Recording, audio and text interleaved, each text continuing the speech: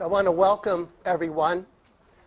This is really a special event for me, and I hope that this becomes a very special event for you folks out there.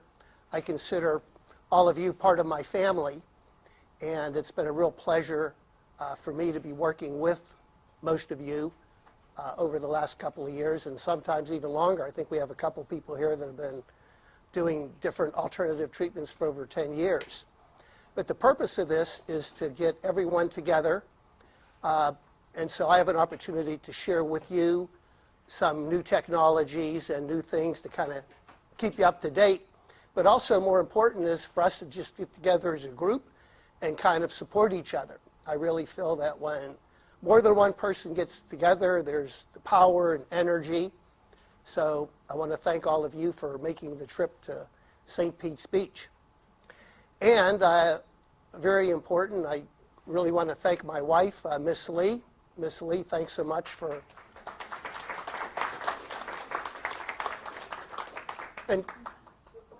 And also the staff. I think some of the staff's in the back, but I really owe a lot of thanks to them for helping put all this together.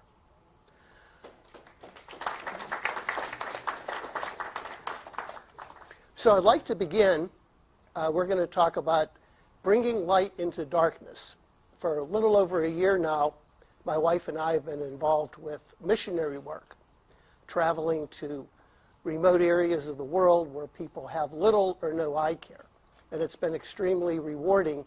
But I think there's a tie-in and a similarity, because these people that we visit in the third world countries have been abandoned and forgotten by either their governments or other organizations, and they just have no health care. And so many of you have also been forgotten by your traditional eye doctor. He doesn't want to listen to you.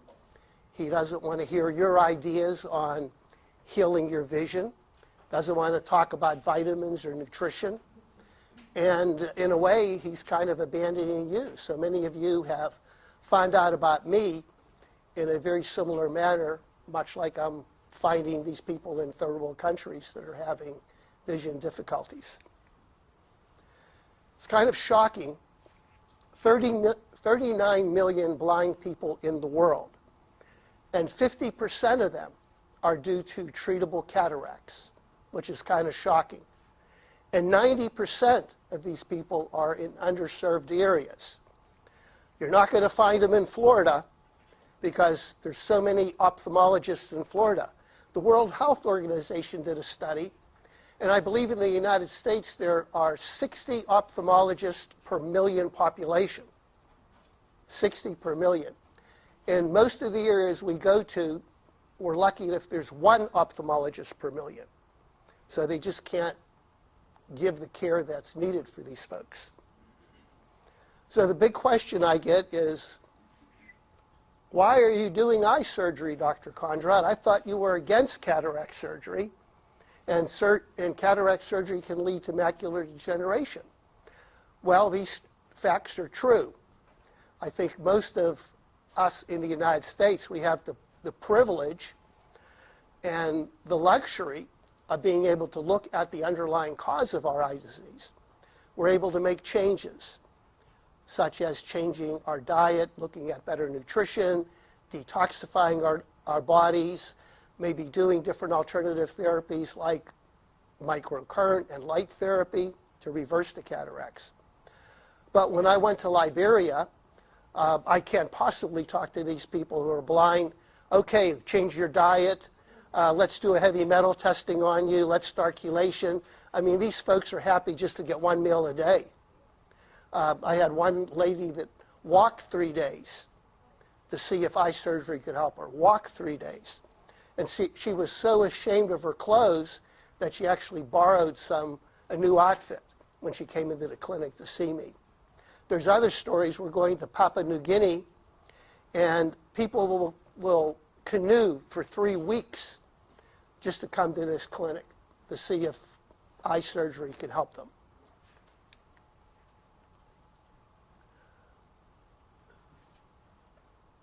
So In addition to my charity work overseas, we also do charity work at home.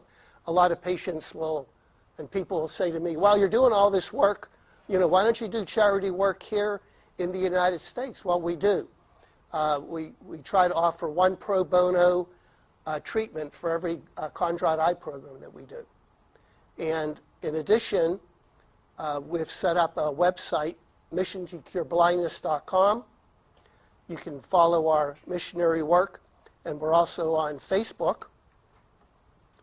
And 100% of our vitamin sales, 100% of the profit of our vitamin sales go towards mission. And we're very enthusiastic about raising money for different ventures, like, for example, Redemption Hospital in Liberia. They don't have a surgical microscope, so we're trying to raise funds to get them a decent microscope. Many times when we travel, we bring all the equipment. We're lugging, a 70-pound microscope that we have to put together in the field. And it's not a very good microscope, but it's adequate. So our goal is to get a lot of these underserved areas, the necessary equipment so, they can function. Also, we're involved with training. So we do meet eye doctors in these local areas that maybe don't have the skills, and we're working with them to help them develop the skills to do surgery. So we've set up a nonprofit foundation. It's a 501c. It's called the Restore Vision Foundation. And our motto is bringing faith, hope, and love to the abandoned and the forgotten. So that's one of our purposes in doing these missionary works. This is a summary of last year, 2018, all the missions we've done.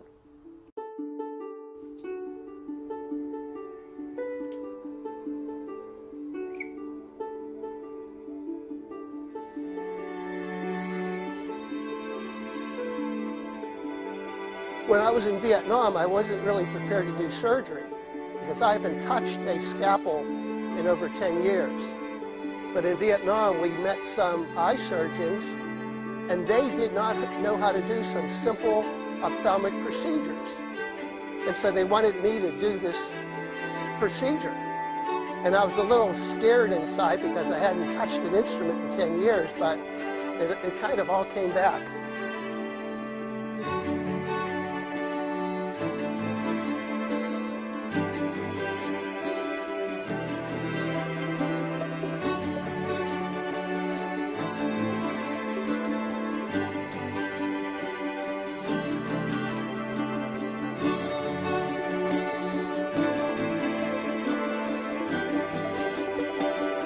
We did 2 trips to Mexico, and the people there were just so grateful. And they couldn't believe that an eye surgeon from the United States made it over the wall to come to Mexico to help them.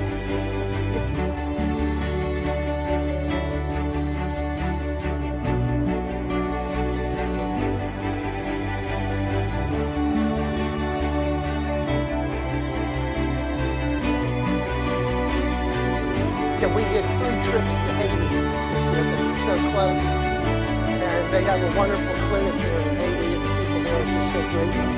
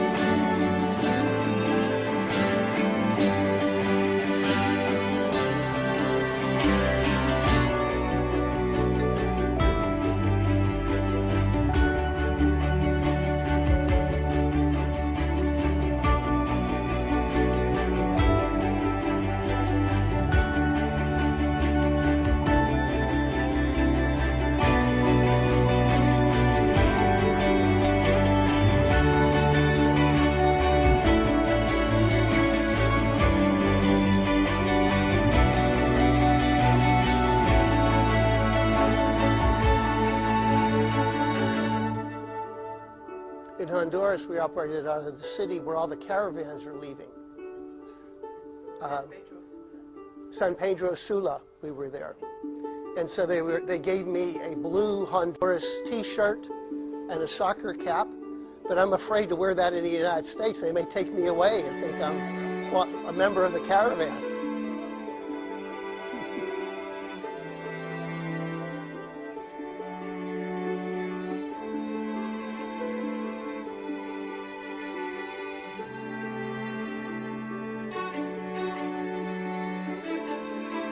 Second trip to Mexico, to Tepic. It's a farming community north of Puerto Vallarta.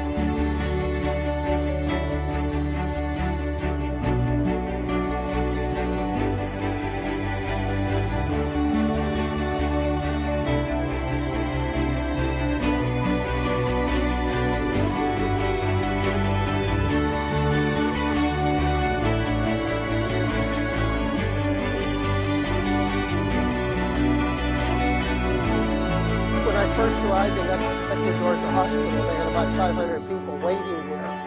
And then when I got out of the car that they took me from the airport, everybody applauded me.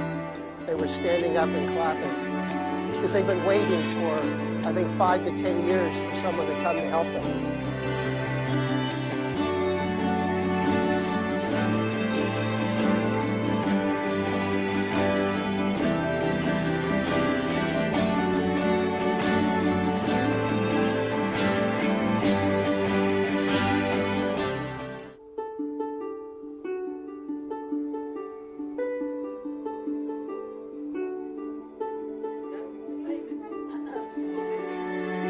That was our payment, potatoes, papayas.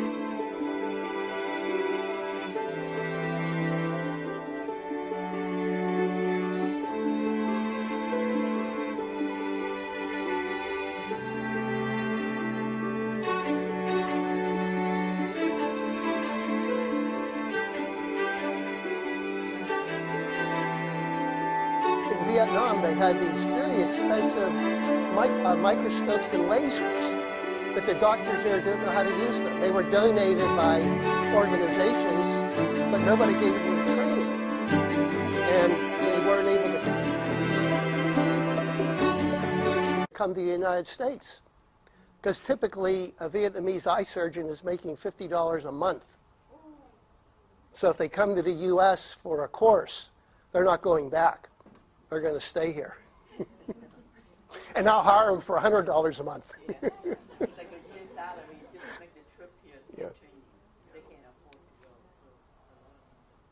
So these are our mission trips that we did in 2018. And also, we're always looking for volunteers. So those of you that would like to join us, just let us know. We always need help, no matter what mission we go to. And we need good optometrists. Dr. Ray Gottlieb, you're retired, you have all these good skills. Sign them up, honey.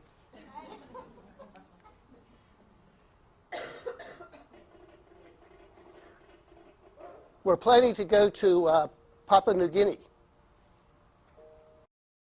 So the problem with Papua New Guinea, they have no roads. On most of the islands, there's 1,300 islands all in that area. And the only way to get to these people is with a surgical ship. So we take the ship into one island, and then they take dinghies and little ferry boats and do the screening, and then take them on board the ship where we do the surgery. And a medical mission is more complicated than you can imagine. for a place like that, where there's no doctors, no dentists, the doctor just doesn't arrive. He has arrived with supplies. And without roads, without plane, you can't. So that's why the ship would get around the island and then would dock into different area and then get people out. Some places they don't even have a dock, so you can dock the boat. So they will drop anchor and they will take the tender, go in and bring people out to the boat. And so it's very difficult. But the reason I think, may I? Yeah, here. No. No, here. I'm going to sit down. I'm going to, here. No, the reason we show you this work, 2018, Dr. Kondrot and I, we did more than 1,000 surgical cases. It was our first year doing this work, and we did 11 missions. We do average 1 a month, and some months we do 2. And on a mission, we average about 100, 120 cases. And this year, next week, we're going to go to Africa, and we're starting out big with 200. Actually, they request 400 cases, but we can only bring supply for 200. And so the case load is starting to go up also. But it's going to be a very, very outstanding and interesting 2019. We're booked out to 2020 now, if you can believe it. The requests come in, so many of them, and they're all very worthwhile. Like you can see, Papua New Guinea, it's just there's nothing there. So the ship is their lifeline to treating all the diseases that they can get help from. And then in Togo will be the first American doctor in that region that arrives. And with the Liberia mission, we were the first group that came in after the Ebola outbreak. So with that trip, we were the first one in country arriving. So we're in Jamaica this year in March will be the first group ever in that region to set up. They don't have anything, so we're bringing extra 4 volunteers to help. They have no nurse, nothing. And on some trip, we even do surgery on a picnic table. If you can believe it, we do with makeshift stuff. And I want to just say one thing, because all of you in this room are very special with us, because you've been with our clinic for many years, and you're like family to us. And some of the people even write us and ask, why do you have to go so far to do charity? Why don't you do charity here? And that's the biggest message that I just want, especially the people that are close to us, to understand why we go. And it's not because we just want to travel the world. We don't even stay an extra day.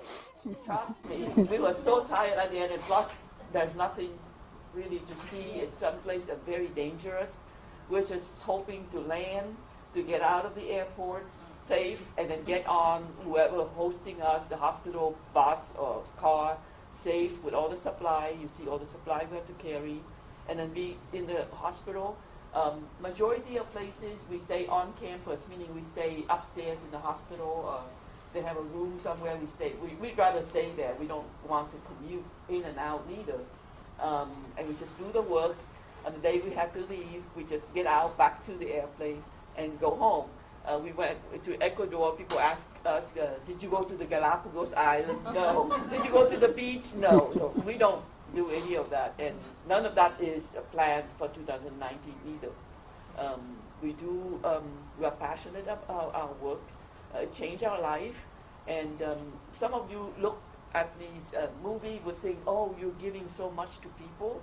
But little do you know that they really give us so much, and they make us whole from just being so wonderful. So we don't mind at all. We work 1 week a month in Florida, taking care of patients. That's our vacation. A vacation. Yes, good water, safe, no mosquitoes. Togos, they offer us an option for free to sleep in the tent.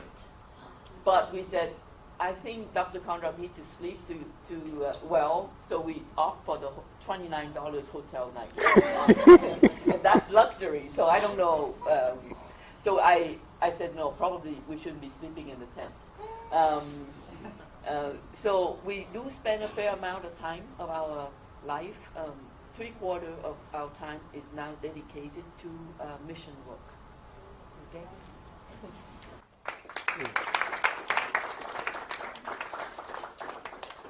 And it's interesting, I think God works in mysterious ways, because when I first started to get active with the mission work, one of the doctors who does a lot told me, oh, there's a new procedure called manual small incision cataract surgery. It's a new technique that you don't have to use a suture.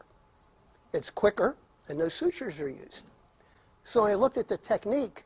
I said, my goodness, this is a technique that I developed in 1989 when I was a surgeon. I was featured on the cover of Ophthalmology Times, because at that time they were putting sutures in the eye, and I thought there had to be a way to do a cataract with a phacoemulsification without a suture. And I developed the tunnel technique, and I was featured. And so they're using that same technique. So I was kind of smiling, you know, it's meant to be.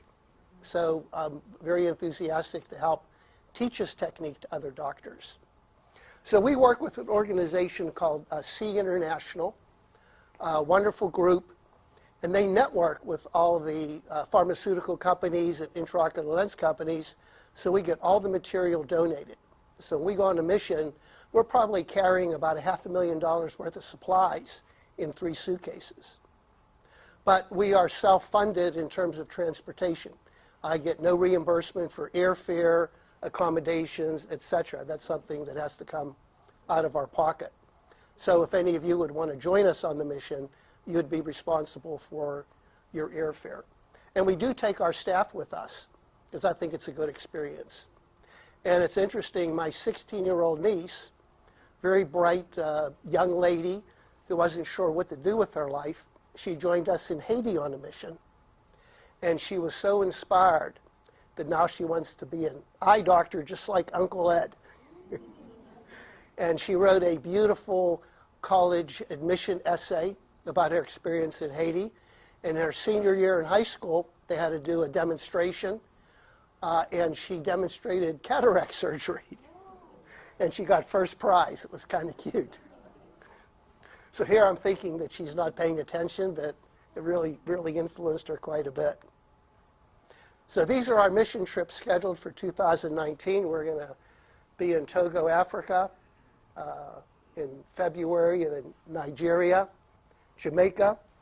We're going to be on the Mercy ship in March, and the YWAM in Papua New Guinea. We're going to be in Vietnam teaching, and we're going back to Papua New Guinea, and we're going to be in Lusaka, Zambia. So this is our tentative schedule.